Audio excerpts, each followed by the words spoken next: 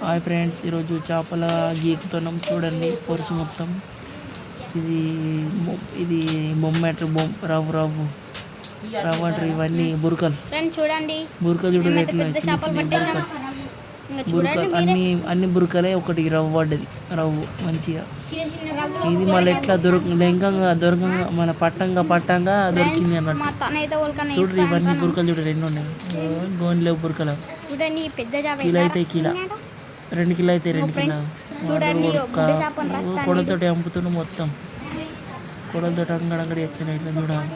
మేమైతే roasting బతికినాయి. కొయ్యబుద్ధి comment చేయండి, roast చేసుకున్నాం. లైక్ చేయండి, రోస్ట్ చేసుకుని చేపలు చూడండి ఎట్లా మొత్తం పొరుసు మొత్తం గీక్కోవాలి.